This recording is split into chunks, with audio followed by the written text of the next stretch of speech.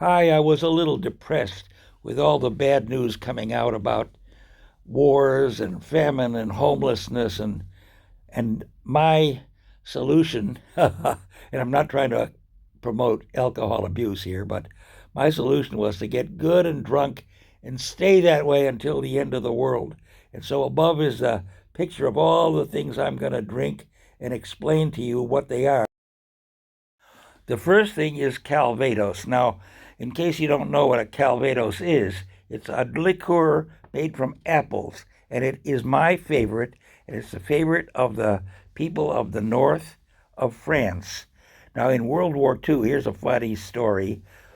It was so valuable to the locals that they hid the barrels of Calvados all over the place. Every attic, every barn, every well usually had a few cases of Calvados so that the Nazis couldn't take all of it. Of course, the Nazis found some of it and they liked it too.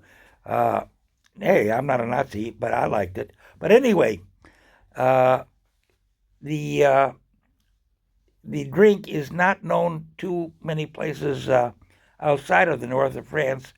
But if you go to Lidl or Aldi, once in a while they have it, and if they don't have it, you can ask for it, and they might even order it for you. Okay, the next drink is a very expensive one. It comes in unbelievably expensive bottles. There's a picture of one, and I broke one. I didn't know they were so expensive, and I hear that the bottles alone go for $1,000 U.S. 1,000, and a bottle of cognac, the best quality, can go for up to 20,000. And I hear that the American dope dealers they love Calvados, so I guess they're showing off that they can slug down a few $1,000s worth in a few seconds. Strangely enough, it was constant. It was created by the Dutch. They wanted to import French wine, but wine takes up a lot of space, so they distilled French wine, and it became cognac. So that's one reason why it's expensive. Okay, next, we're going to talk about the favorite in Italy, and that is always grappa. And grappa used to be something for the common man. It was leftover grape stems and peels and stuff like that, fermented and distilled, and it grappa was the end product. Now it's not terribly expensive, and when you go to a first-class restaurant, very often they will offer you a glass of grappa. See that funny shaped glass? That's a grappa glass. Well, they will offer you that as a, what do they call it? A digestivo. But Americans, they would call it a digestive. Okay.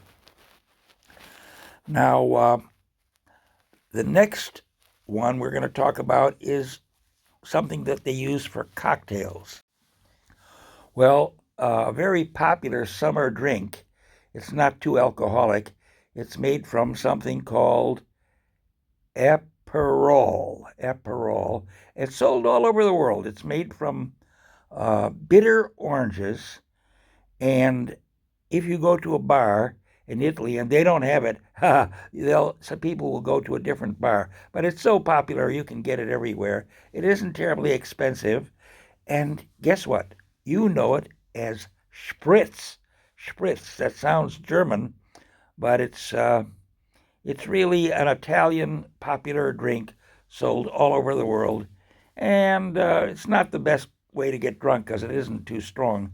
It's uh, it's usually mixed. It's mixed with prosecco, which is kind of a Italian champagne cheap, and sometimes a little soda water, and it's a light drink. So I think you'll like. Everybody will like that drink. Okay, Spain. Spain. Here comes Spain. Well, the most popular hard liquor in Spain is called sherry, and sherry is the first alcoholic drink that went around the world. Like the English sailors always drank rum, the Spanish sailors always drink, well, at least in the old days, used to drink sherry. And it's the first wine that went around the world in 1519. I said wine, but I mean hard liquor. A guy named Magellan. He was a captain or an admiral, and in the old days, the Spanish sailors had more barrels of sherry around in their storage than barrels of gunpowder. Okay, next stop, Portugal. And the wine or the hard liquor there is called port. And port was born because, once again, wine took up a lot of room. And so to import effectively to England, the English sailors who were bringing a bunch of wine decided to reduce the size of the wine by distilling it and adding brandy. And port wine by itself is awfully sweet, and the brandy tones the sweetness down. And it was such a big hit in England that it became the favorite drink of the English. And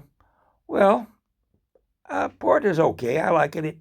It's not a clear wine or a clear liquor, but it's good. As we move to jolly England, and the favorite drink of the beef eaters and a lot of people all over the world, it's called gin, Gin. And it's made from, no, most people don't know this, it's made from juniper berries. And the beef eaters are the special guards of the Tower of London, see? And they are paid partly in beef eater gin. And now that became such an important trademark, as you see above in the picture, or I should say, whatever you're watching, that it's exported all over. It's one of the world's most popular gin. Wherever you are, you can get beef eater gin. Now, after England, we go to Scotland. And in Scotland, they produce, the world's best whiskey.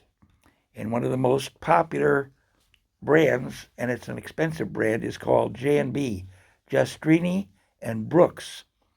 Now, during Prohibition in the United States, that was so popular that it was relabeled as floor polish, all kinds of medicines with strange names, and bleach, and rubbing alcohol, so that Scotch whiskey became, the most popular drink of the USA during Prohibition, along with bathtub gin that we've just talked about. And the bathtub gin was not nearly as good as the Beefeater. Okay, Germany coming up next. In Germany, one of the favorite hard liquors is called Schnapps. Well, that even sounds German.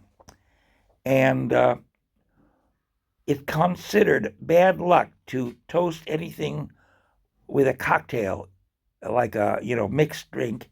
And so in Germany, if you're making a toast, use Schnapps straight, not water or anything mixed with water, because that's considered bad luck.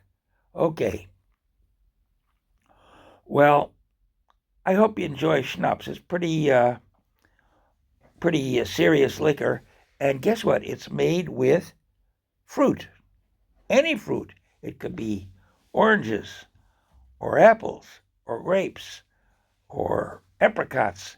Anything with any kind of fruit is mashed up, distilled, and that's it. Now, we go to Austria for one of my most favorite drinks. It's called Kirsch. Now, Kirsch in German means cherries. And this is a liquor made from cherries. And it's very clear, looks beautiful. And you heard of Black Forest cake. Well, if you didn't, I'd made a dessert video about Black Forest cake, but I didn't mention that the best Black Forest cake instead of using water or anything else, uses kirsch to dissolve the dough, and of course, plenty of chocolate. And so I think we'll end the today's video. So tune in tomorrow for more booze and my also my gloom and doom video. And we'll see you tomorrow. So long. Okay, I hope you liked this video. It took a lot of work to put it together, so I want you to like it, subscribe, tell your friends about it, share, and comment. I love your comments, and I'll answer every single one of them. And beside that, I'll see you tomorrow because I'm going to have another exciting video for you. Boy, is it going to be good.